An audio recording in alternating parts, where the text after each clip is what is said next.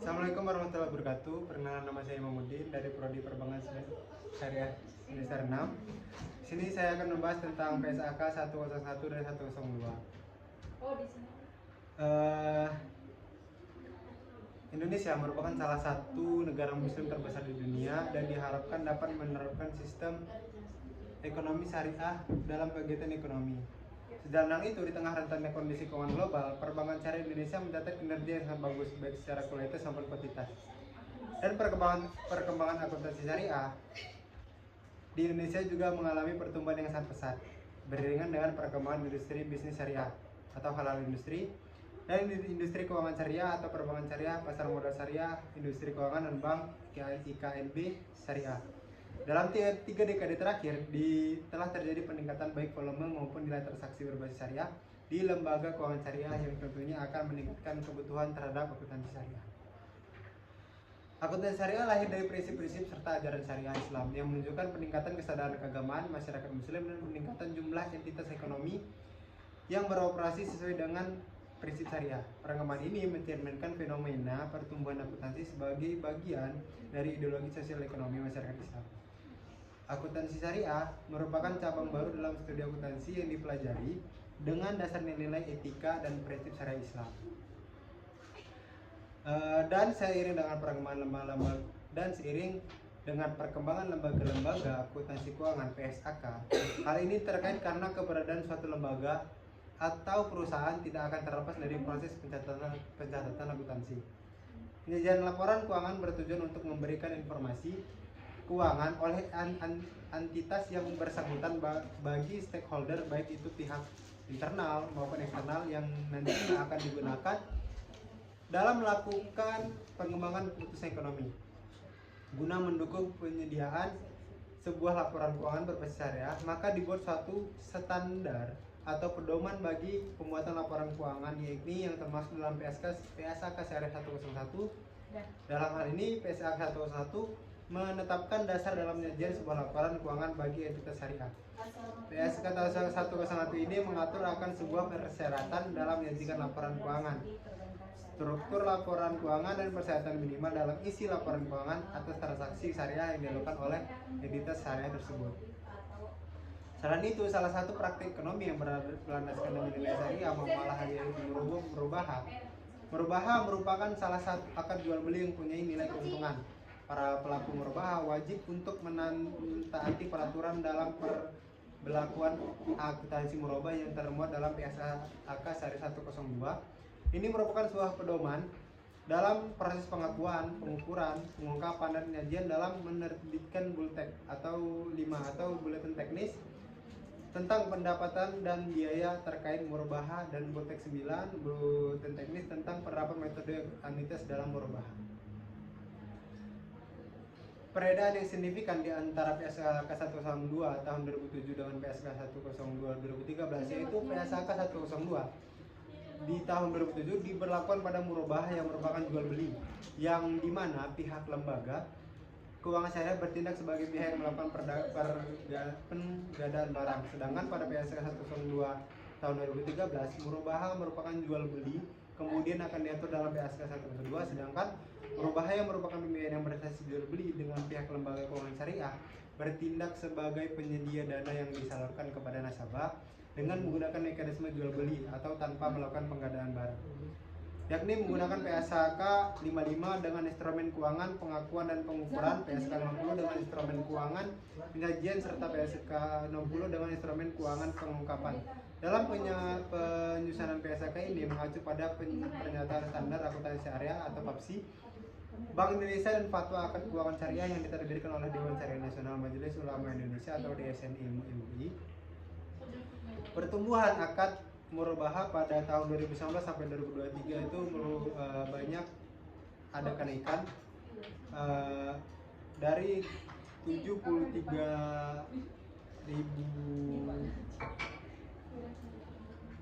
sampai 135 juta. Melihat fenomena dan permasalahan di atas, maka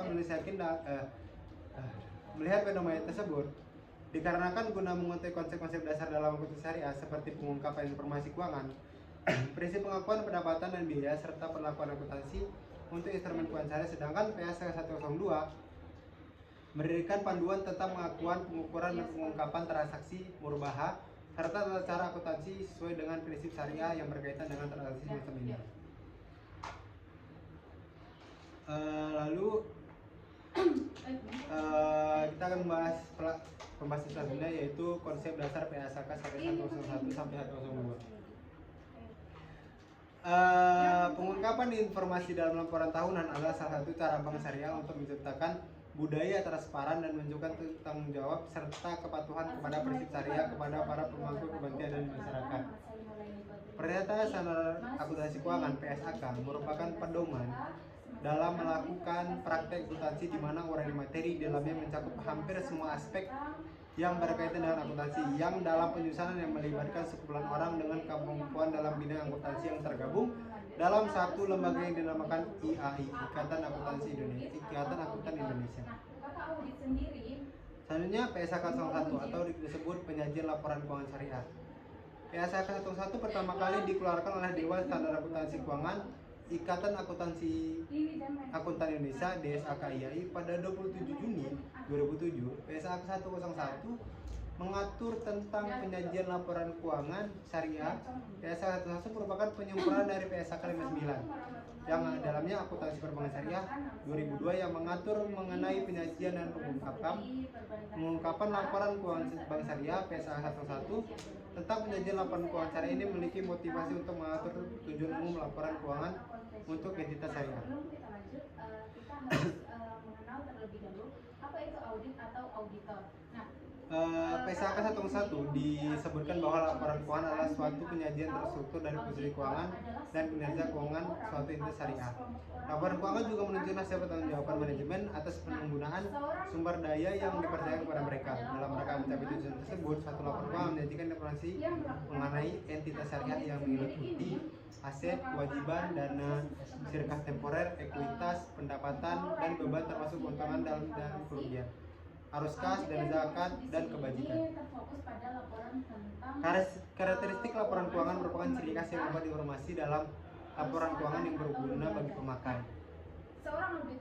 Terdapat 4 karakteristik pokok, yaitu dapat dipahami, relevan, kehandalan, dan dapat diperbandingkan. Dengan karakteristik melekat, dapat didefinisikan beberapa keterbatasan laporan keuangan, yaitu laporan keuangan yang dibuat secara periodik pada dasarnya merupakan interdepot atau laporan yang dibuat antara waktu tertentu yang sifatnya sementara dan bukan merupakan laporan yang final. Yang kedua, laporan keuangan menunjukkan angka dalam rupiah yang kelihatannya bersifat pasti dan tepat, tetapi sebenarnya dasar penyusunan dan standar nilai yang mungkin berbeda dan berubah. Laporan keuangan tidak dapat mencerminkan berbagai faktor yang dapat mempengaruhi posisi atau keadaan keuangan perusahaan, karena faktor tersebut tidak dapat dinyatakan dengan suatu satuan keuangan. Selanjutnya kita akan membahas PSAK 102 atau murbaha. Pada awalnya PSAK 102 akuntansi murbaha dikeluarkan oleh Dewan Standar Akuntansi Keuangan (DSAK) Ikatan Akuntan Indonesia (IAI) pada tanggal 27 Juni 2007. Di PSAK 102 akuntansi murbaha menggantikan pengaturan mengenai akuntansi murbaha dalam PSAK 59 akuntansi perbankan syariah yang dikeluarkan pada tanggal 1 Juni 2002. Dan prinsip akuntansi ini detail. Nah, mereka melakukan audit untuk memverifikasi kebenaran dan kebenaran informasi keuangan yang disajikan dalam laporan. Selanjutnya, nah, entitas tersebut ini untuk memberikan berdasarkan surat Dewan Pengawas Nasional (DPN) Ikatan Akuntan Indonesia (IAI) nomor 0823 ada tabel atau strip B /DPN /IAI XI 2013, maka seluruh produk akuntansi syariah yang sebelumnya dikeluarkan oleh Dewan Standar Akuntansi Keuangan atau DSAK IAI dialihkan kewenangannya kepada Dewan Standar Akuntansi Syariah (DSAS) dan Ikatan Akuntan Indonesia (IAI). Auditor konvensional. Dalam pernyataan standar akuntansi PSAK 102, akuntansi murbaha disebutkan bahwa murbaha dapat dilakukan berdasarkan pesanan atau tanpa pesanan. Pada murbaha berdasarkan pesanan, penjual melakukan pembelian barang setelah ada pemesanan dan pembeli. Murbaha berdasarkan pesanan dapat bersifat mengikat atau tidak mengikat pembeli untuk membeli barang yang dipesannya. Dalam murubaha pesanan mengikat, pembeli tidak dapat membatalkan pesanannya. Pembayaran murubaha dapat dilakukan secara tunai atau tangguh.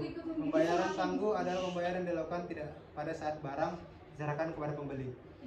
Tetapi pembayaran dilakukan secara angsuran atau sekaligus pada waktu tertentu, karena itu akan murubaha memperkenankan penawaran yang berbeda untuk cara pembayaran yang berbeda sebelum akan murubaha dilakukan.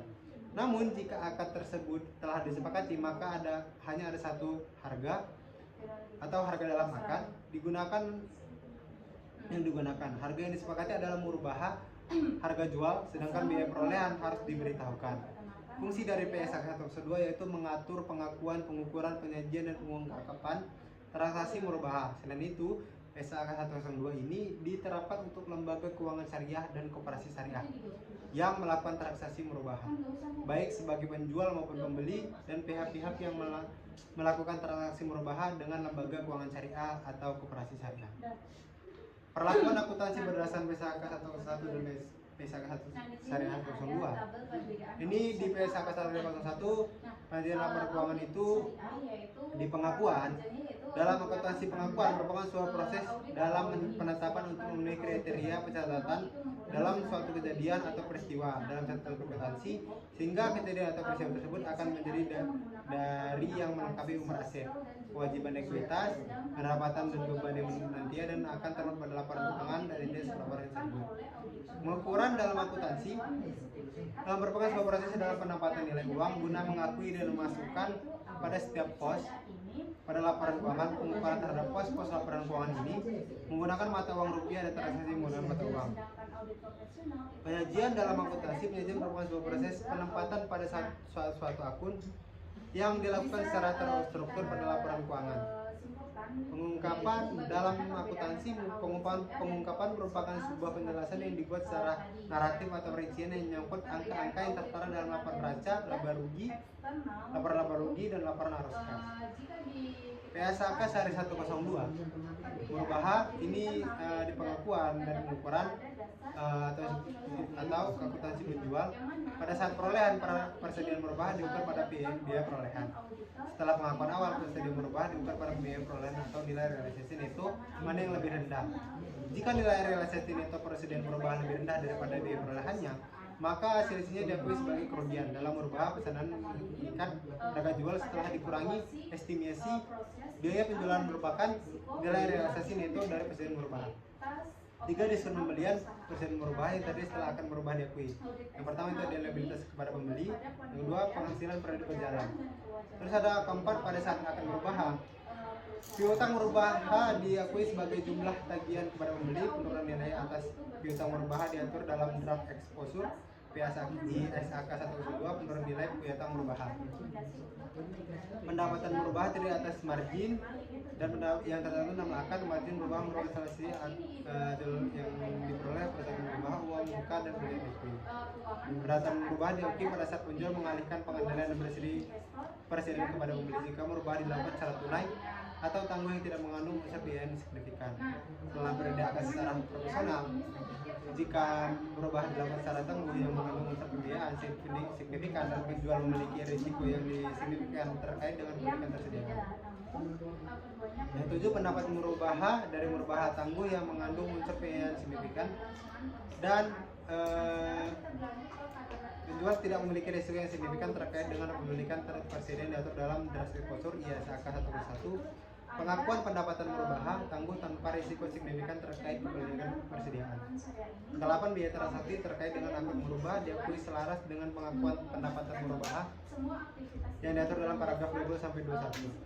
Paragraf 20 dan 21. Potongan pelunasan piutang murubaha diakui sebagai pengurang pendapat murubaha periode perjalanan. Yang ke-10, potongan piutang murubaha yang belum dilunasi dan mengubah besaran pengakuan pendapat murubaha dituliskan pada paragraf 20 dan dari 21. Terus selanjutnya pengakuan dan pengukuran akuntansi pembeli. Utang yang timbul dari transaksi murubaha tangguh diakui sebagai utang murubaha. Biaya perolehan dan aset melalui transaksi murubaha diukur pada harga pembeli ditambah biaya transaksi. Biaya perolehan tunai. Beban murubaha tangguh diamortasi secara proporsional selama masa akad. Diskon pembelian yang diterima akan murubaha, potongan pelunasan dan potongan utang murubaha. diakui sebagai pengurangan beban merubah tangguhan, denda yang dibayarkan kepada wajib diakui sebagai beban, potongan uang muka akibat pembeli batal membeli barang diakui sebagai beban. Penyajian piutang merubahan disangkakan sebagai nilai itu yang dapat direalisasikan, yaitu saldo piutang.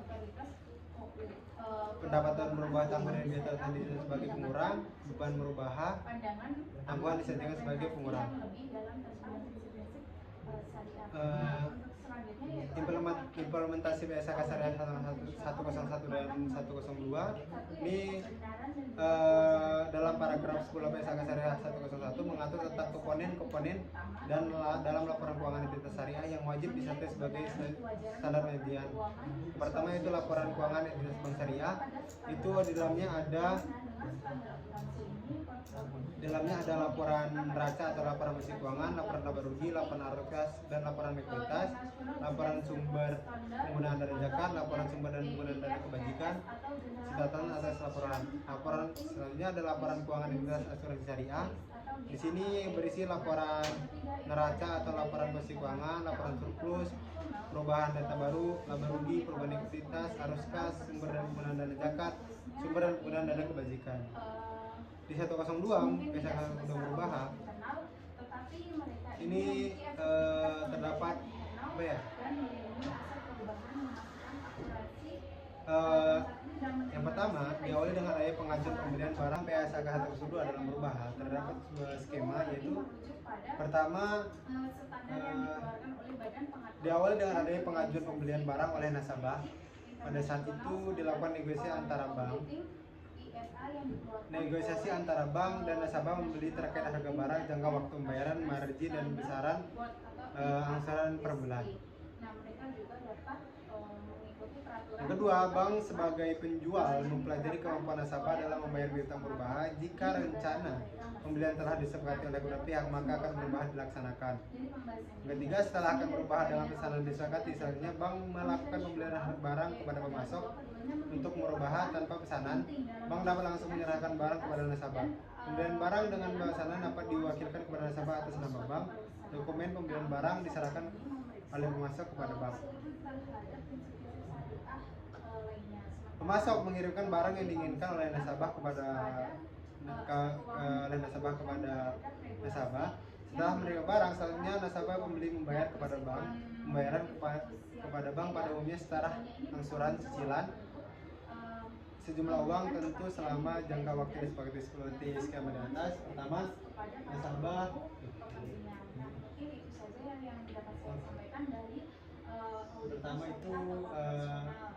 nasabah dan bank melakukan negosiasi untuk pembeli terkait harga barang, jangka waktu, margin dan besaran angsuran per bulan. Setelah bank juga telah mempelajari nasabah untuk membayar barangnya, lalu ketika mendapati sebuah titik terang, maka bank dan nasabah melakukan akan merubah. Setelah akan merubah dilakukan, maka akan ada namanya pembayaran, yang dimana ketika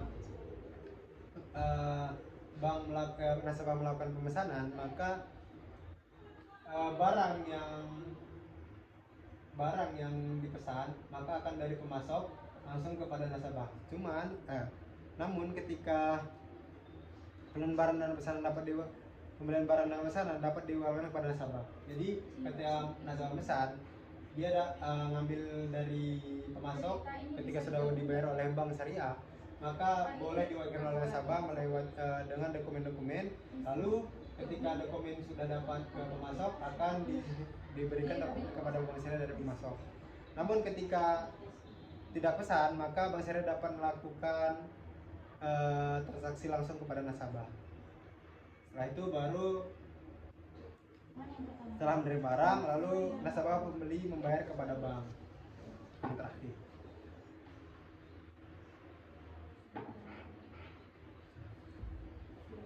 Selanjutnya, jadi PSAK 101 dan PSAK 102 ini, PSAK 101 membahas tentang penyajian laporan keuangan syariah, sedangkan PSAK 102 itu tentang akuntansi murabahah. Segitu saja tentang PSAK 101 dan 102. Cukup sekian. Wassalamualaikum warahmatullahi wabarakatuh.